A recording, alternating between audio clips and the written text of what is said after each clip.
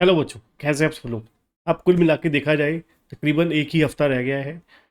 यहाँ पे हम बात करेंगे सी एस एग्रीड के paper number 4 C F M और पेपर नंबर 7 के बारे में, टैक्स लॉ एंड प्रैक्टिस के बारे में।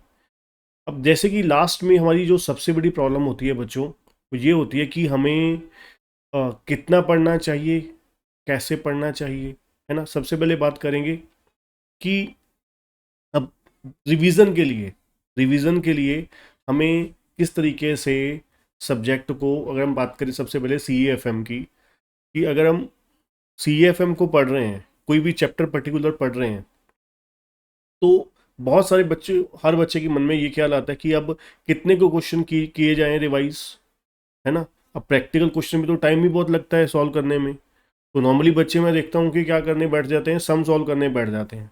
तो इतना समय तो हमारे पास है नहीं। तो इसलिए होता क्या है, मेजोरिटी बच्चों के क्या होता है, सिलेबस रिवाइज होना ही रह जाता है। क्यों? क्योंकि हम सम सॉल्व करने बैठ गए। नहीं बच्चों, लास्ट टाइम पे हमें, लास्ट दिनों में हमें सबसे पहला काम तो क्या करना होता है।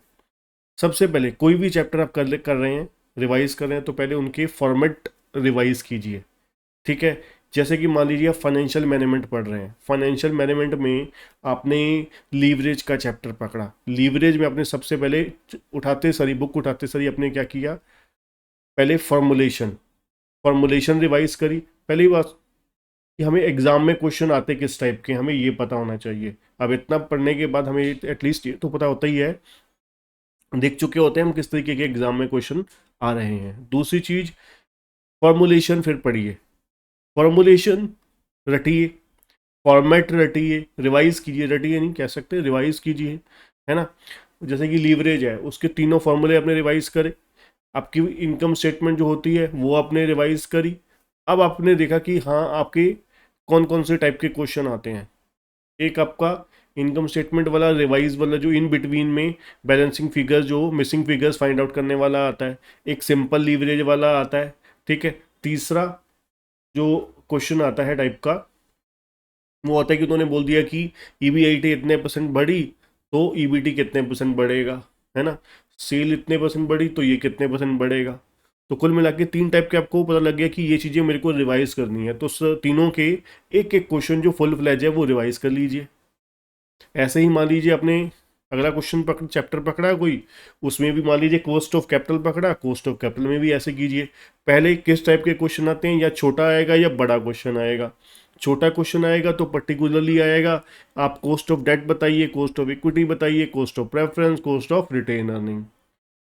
और किस टाइप का आएगा, अगर बड़ा आया तो वैक का आएगा। तो आपने सभी फॉर्मेट, सभी के फॉर्मूले याद करें, टर्म्स याद करी, और उसको एक एक क्वेश्चन सभी का सॉल्व कर लिया।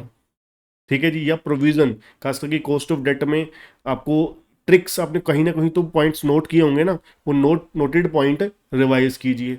फिर एक या दो क्वेश्चन फुल फ्लेज वाला कर लीजिए। ऐसे चैप्टर में तो आपको पता है सारे छोटे क्वेश्चन ऑटोमेटिकली आपके हो जाएंगे। ठीक है। ये तो बात आ गई किस चीज़ की, जो हमारा एफएम वाला पार्ट है। कॉर्पोरेट वाले पार्ट में मान लीजिए, अब कॉर्पोरेट वाले पार्ट में आपको पता है, एग्जाम्पल के तौर पर अगर हम बड़े चैप्टर की बात करें, जैसे कि जो कैश फ्लो स्टेटमेंट है, ठीक है, वहाँ पर आपको क्या है, वहाँ पर फॉर्मेट है, हर चैप्टर का अलग अलग है। जैसे कुछ चैप्टर हैं कॉर्पोरेट अकाउंटिंग वाले, जैसे share capital, debenture, buyback, redemption of preference share, है ना। तो ये तो जनरल एंट्री वाले चैप्टर हैं।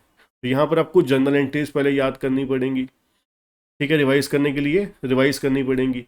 फिर उसमें कौन सी एंट्री में पॉइंट होता था, तो जो अगर आपने फुल फ्लेज क्वेश्चन आपने सॉल्व किए हुए हैं, तो उसी पॉइंट को दोबारा सॉल्व करके दिख लीजिए कि हाँ, मेरे को याद है वर्किंग नोट कहाँ कहाँ पे बनता है। ठीक है। अब आते हैं सेकंड ग्रुप के टैक्स लॉ एंड प्रैक्टिस पे। टैक्स लॉ एंड प्रैक्टिस में आपने मान लीजिए कोई भी चैप्टर पकड़ा, तो वहाँ पर आपको पता है सबसे इंपॉर्टेंट चीज़ जो होती है, अगर आपको, जैसे मैंने आपको पहले भी बताया है, कि अगर आपको टैक्स लॉ में अच्छे मार्क्स लेने हैं तो सेक्शन जरूर लिखने पड़ेंगे कुछ चैप्टर्स के। जैसे कि मैं फिर दोबारा बता देता हूँ, जैसे कि आपका रिटर्न ऑफ इनकम हो गया, टीडीएस हो गया, पीजीबीपी हो गया, डिडक्शन हो गया, है ना।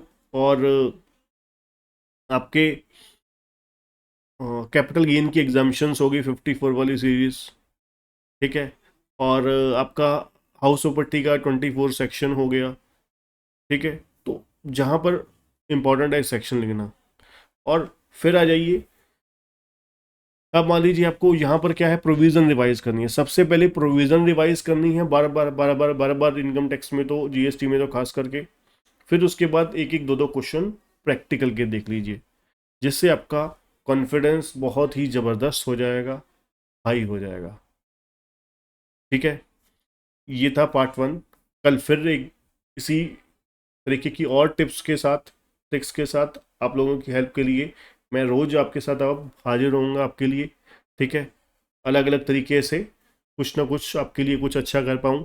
ठीक है, आपकी हेल्प कर पाऊँ, जिससे क्या है, आपके 2 नंबर भी अगर एग्ज़ाम में ऐड हों तो मेरे लिए बहुत, 2, 5, 10, 20 जो भी ऐड होंगे वो मेरे लिए बहुत अच्छा रहेगा। आप लोगों की हेल्प करना बहुत अच्छा लगेगा मुझे। ठीक है, तो आज के लिए इतना ही। ऑल दी बेस्ट बच्चों, चैनल को सब्सक्राइब जरूर कीजिएगा और बेल आइकन दबाना मत भूलिएगा। सब्सक्रिप्शन विदाउट एनी चार्जेस है, तो कर दीजिएगा, है ना। तो वीडियो को लाइक जरूर कीजिएगा और कमेंट करके ज़रूर बताइएगा। Thank you.